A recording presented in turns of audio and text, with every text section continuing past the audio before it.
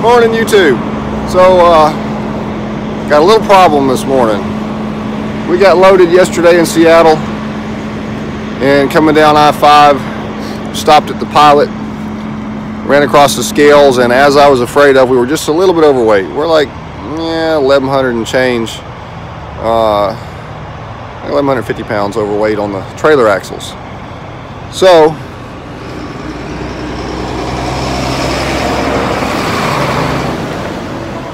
we stopped at our favorite little back entrance of Walmart here near Portland and spent the night, because the truck stops on the east side of Portland are always just packed by dark, and I didn't make it by dark. So anyway, I've got to do a little bit of rearranging this morning, and I'm just going to switch around here and show you what I'm doing so you'll see what we're dealing with. Okay, so got this Chevy 1500, or I'm sorry, 2500 on the back here.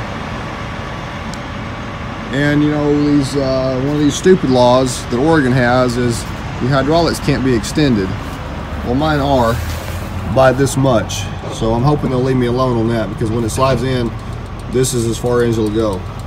That's only 5 inches.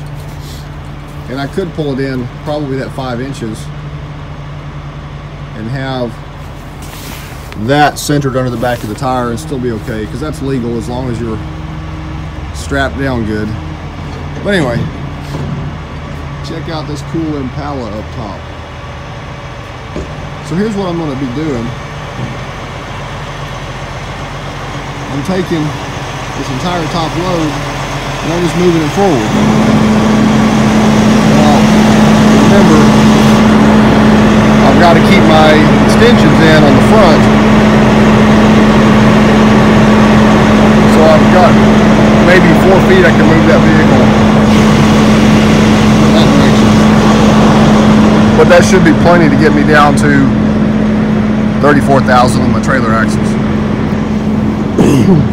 But as you can see, I basically have 4 trucks on this load. Counting that big Denali up there as a truck, because it's the same size as that truck. Much larger than that Toyota I've got in the belly. Sorry, Nissan, Frontier. But anyway, so this is actually a fairly heavy load with large vehicles on it. And paying about 8,200 bucks, I think, at this point, going from Washington to Kansas, where I'm offloading half the load. And then I've got from Kansas to Pennsylvania to pick up more, and I should be able to get well up over 10,000 on this return trip, which is where I like to see it on any coast-to-coast run, is 10,000 plus. So anyway, I'm going to get busy.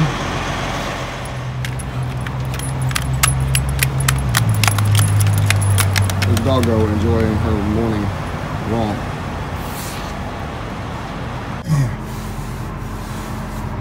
Alright, I'm up here in this middle red truck, and I just saw something that took me back in time. Check this out, folks. An 8-track. How long has it been since you've seen an 8-track?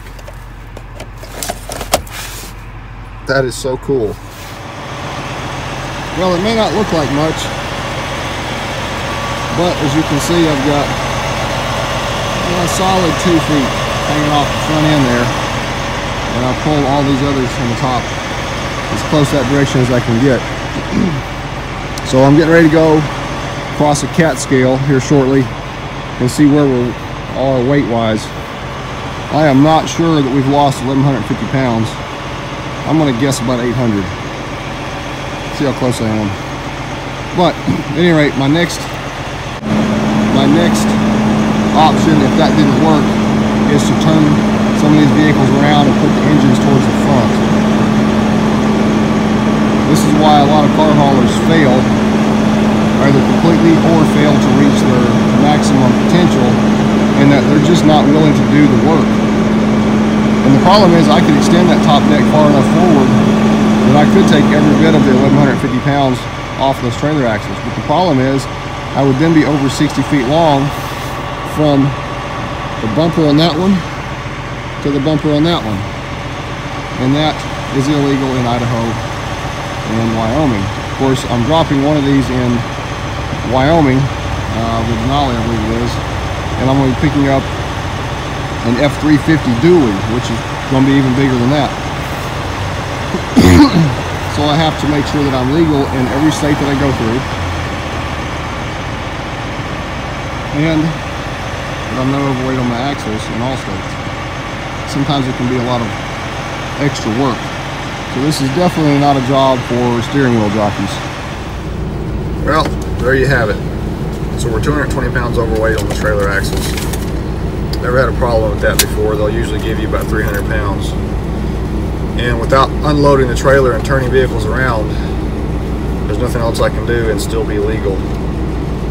But notice the lightweight drive axles and steer axles. This is quite common in car hauling. All your weight's back on the trailer axles. Well, I'm losing my touch. I was off by 130 pounds on my guessing of the trailer axle weight.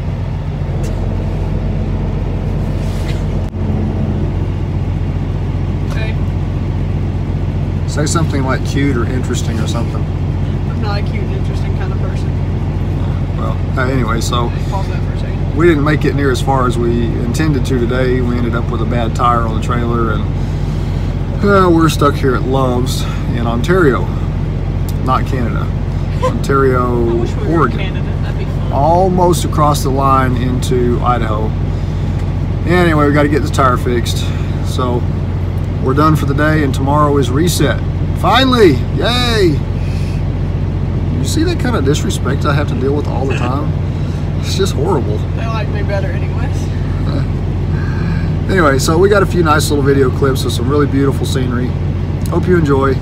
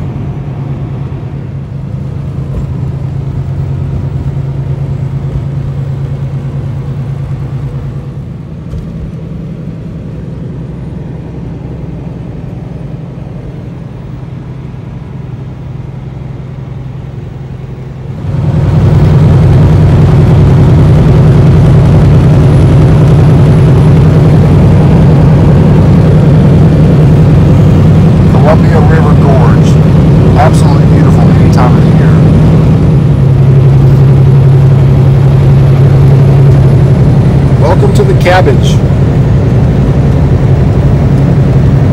I-84, Oregon. Beautiful country, roads in great shape.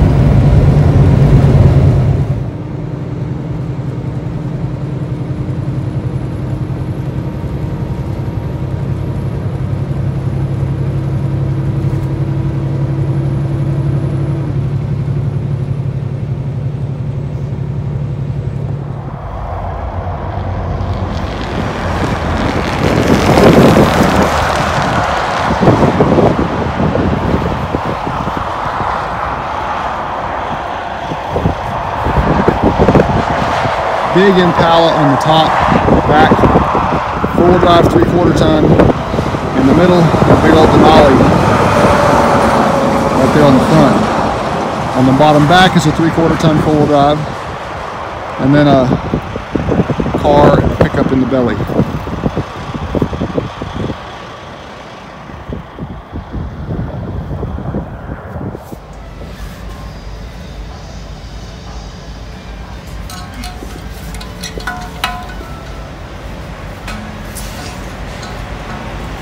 And one tire wearing down really fast. Reached the point it was illegal, so we decided to go ahead and get it taken care of before we got a DOT inspection.